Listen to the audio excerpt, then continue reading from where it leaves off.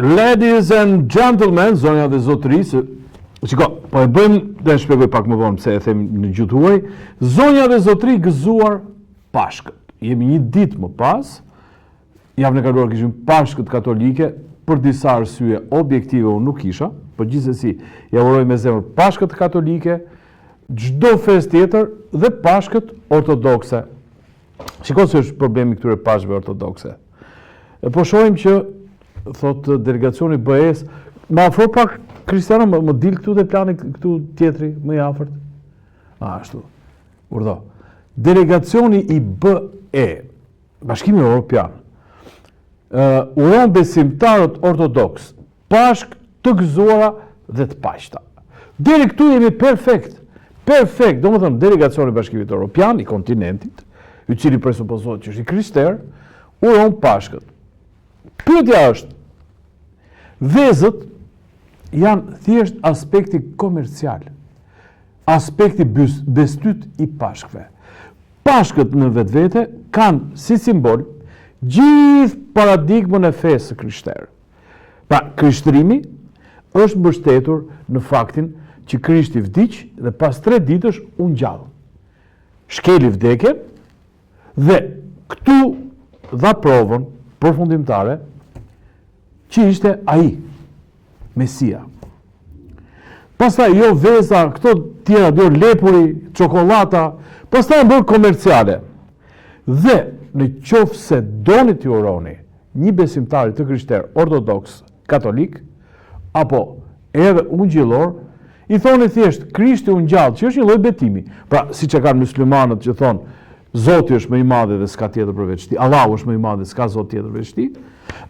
Këtu kemi Krishti u ngjall. Nëse ti ke thënë Krishti u ngjall, je një krishter që ke pranuar fen.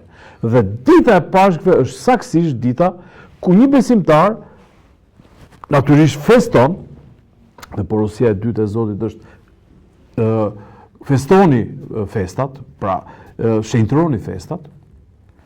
Është kjo, jo veza, jo byça pulës, jo, është ringjallja nga vdekja.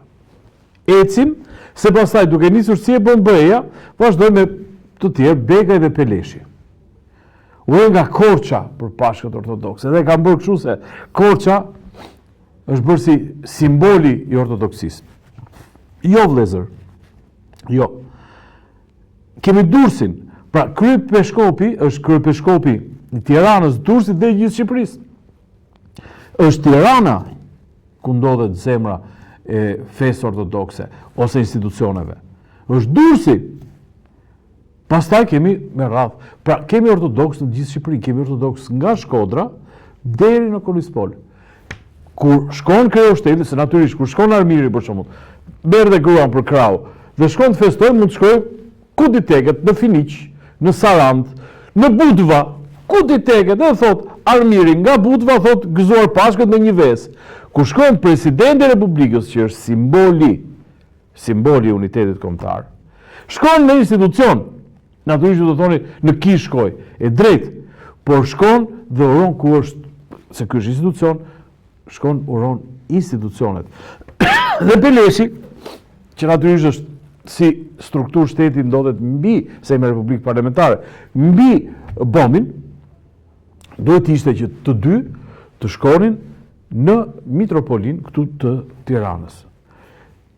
Pse do thoni çat shqetësojnë? Më shqetëson pjesa se si shteti është i ndarë dhe i pandar nga feja dhe mbi të gjitha se si shteti vendos ta përdor kur i duhet shtetit. Jo vetëm shteti, jo, Krishti, ec pak lutem, se kujtoj këta se e kam unë me shtetin i natin. Berishka, sa bukur do Berishka.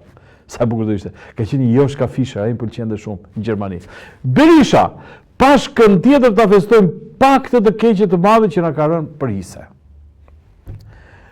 Natyrisht, ka qenë presidenti i Shqipërisë dhe Pashkët e para për hir të së vërtetës në Shqipëri janë festuar me urdhër në mënyrë madhështore, me urdhër të presidentit Sali Berisha. Unë kam qenë gazetar në TSH, ka qenë viti 93, sa i largët ka qenë.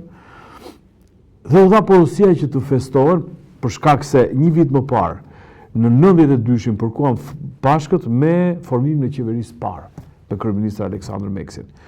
as e vërshëlleu njëri fare, as pashkëve, as një gjë, u bë qeveria. Pastaj vitin tjetër duhet të tregonte pushteti që pritje se ne respektojmë besimet, dhe u shpërndam ne gazetarët, unë kam qenë Berat. Që atje mund të kishte qenë dhe Bajrami për shembull, dhe mund të kisha qenë dhe që atje turonim besimtarët. Këtu kemi Berisha pashkën tjetër, thot, as ky që ja di radhën punëve, që e ka nisur këtë punë 33 vjet më parë, nuk i qëndron paradigmës që të thoj, Krishti u ngjall. Kështu urojnë besimtarët e krishterë. Pra në qoftë se i thua Krishti u ngjall për ditë Pashke. Jo duke uruar të keqen e atij që është e keqja.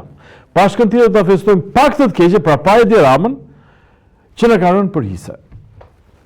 A është titulli që ka bërë atë shëja?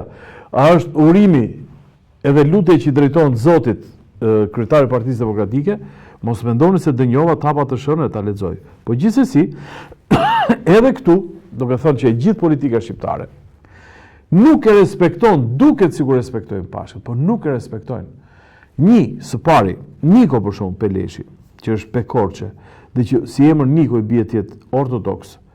Si fillim duhet na tregoj fotot që shkon në Kish. E nëse shkon në Kish, duhet të dalë kryetari i parlamentit dhe të thojë Krishti u ngjall. E kalojmë këtë temë, vazhdojmë se kemi halla dhe probleme të tjera, por me që ishte kjo atmosfera festës, urdhoni. Shikoni këtë tubin, bordi i transparencës, më pëlqen si emër që i kam vënë, bordi i transparencës. Nafta rritet me 7 lekë për litër. Nafta ka punën e vet. Bordi ka rëndësi të jetë transparent. Nafta mund dyfishohet. Bordi bën transparencë. Thotë nafta u dyfishua.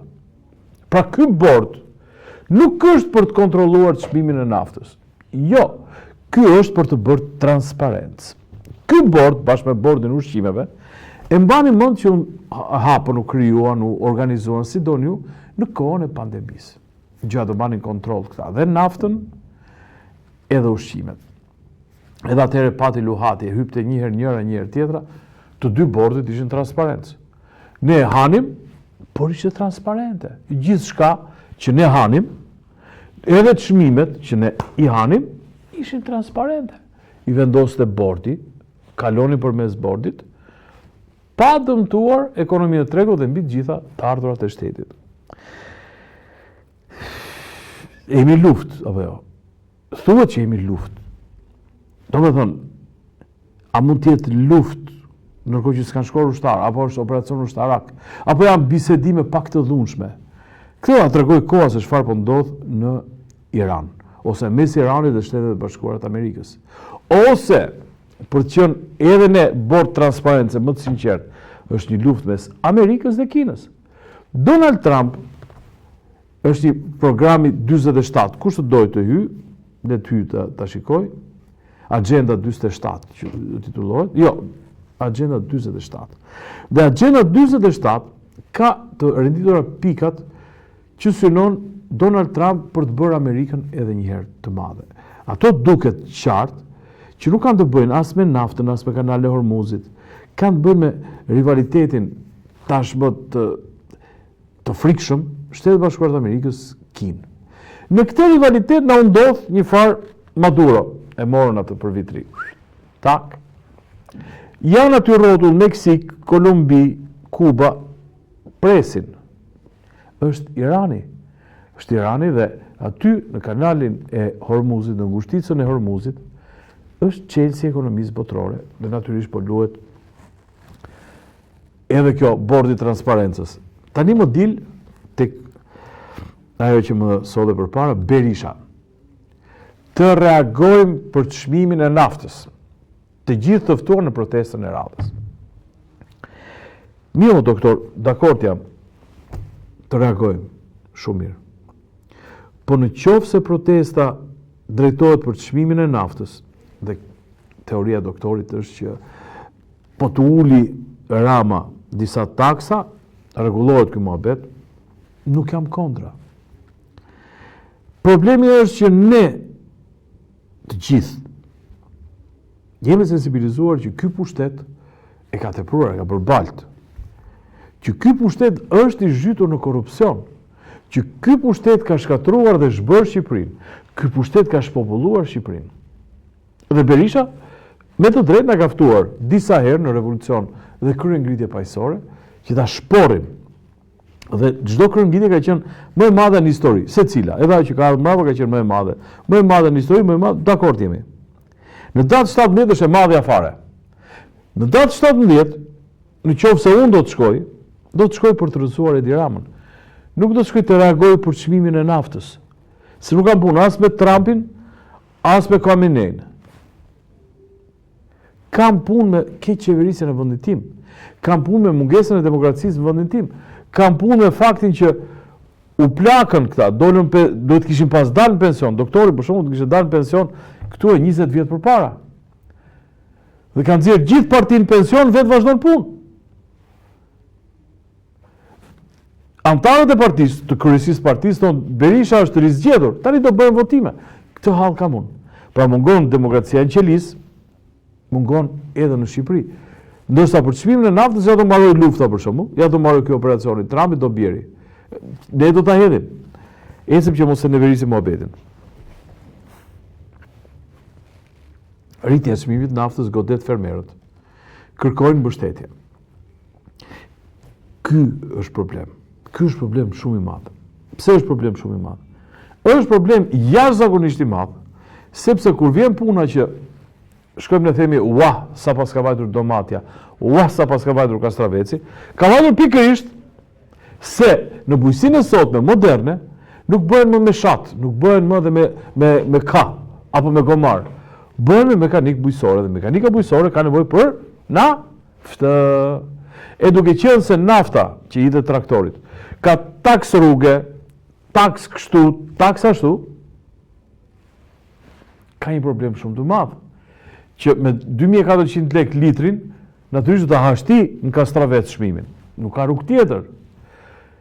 E këtu pastaj duhet ishim mbledhur të gjitha palët e duhet kishin diskutuar pjesën e diskutuar këtu e 20 e kusur vjet para që nafta e fermerit tjetë e përjashtuar nga disa gjëra, pra tjetë e lirë ose rimbursuar si doni ju, dhe pjesën që në kohë krize kuptohet që nafta që marrin makineritë bujqësore duhet të jetë në çmim tjetër diferencuar.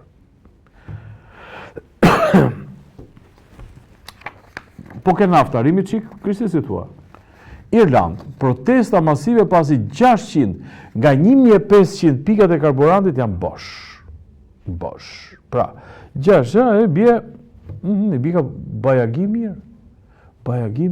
Do më thonë, me një të parafort këshu i bie një 20%, 20%, 35%, 1/3, më shumë se 1/3, 35% besojnë me llogari. Pikave karburantit nuk kanë karburant. Ndërkohë në Shqipëri ne kemi hallin tjetër. Të gjitha pikat kanë karburant. Puna është cilësia e karburantit dhe çmimi i karburantit. Pra ti blen një makinë të mirë.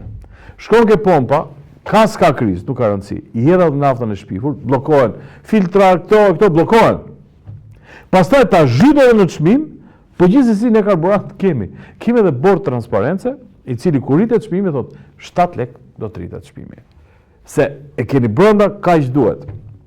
Nëse do zoti mbaron lufta, po mbaroi lufta, edhe po vuri dorën zemër Trumpi, Khamenei, ku diun, mund të kemi në ndonjë qarë, pra, thonë shqiptarët unë 10.000 lek do t'i hedh naftës prap, si humor. Jam dakord që 10.000 lek, po me 10.000 lek naftë, dikur t'i shkojë deri në Durrës. Sot ndalon në sukt, vlla. Të lutem edhe një gjë tjetër. Ja, ku jemi të parena. Hapeni klikoni këtë faqe, ju dua fort. Hapeni çik ta shohin shqiptarët se është vetëm me satirë. Edhe tallonit e kishte mbetur pa kthyer, edhe Edi Rama me një tallon të madh. Po talloni është origjinal, do të thonë është një kopje e originalit të dikurshëm. Ja ku keni djathtë Brezion e mban mend. Kishim gjysmë kile mish në muaj. Pra, pak a shumë ishim vegetarian. Se një familje prej 5 vetash, 500 gram, 100 gram mish në muaj, kuptoni vetë ju. E kishim ves, 10 kokra ves, në muaj. Kishim, ku diun, mish të grirë, mos gaboj, e ca budalliqe nga tallon, ca operacion. Tani ne ishte kthyer i madhi, giganti, ne ishte kthyer Dhe kishte vendosur na jepte kupona. Në fillim pensionistëve, pastaj ku diun ushtarakëve, dhe me ato kupona mundet dhe të rimbursonte në një gjë nga këto katraurat që mund na prodhoj lufta. Talloni. Pra ikëm nga talloni i Enverit, bëm një tranzicion të gjatë 35 vjet, 36 për të mbritur tek talloni i Edvinit. Pastaj do hymë në Europë. Kjo është, si thotë Isai Mirkoreshi, o Toni, me qenefin të fiku do hymë në Europë ne? Bëjmë një publicitet të shkurtër, të lutem, edhe kthehemi prapë Kristiano.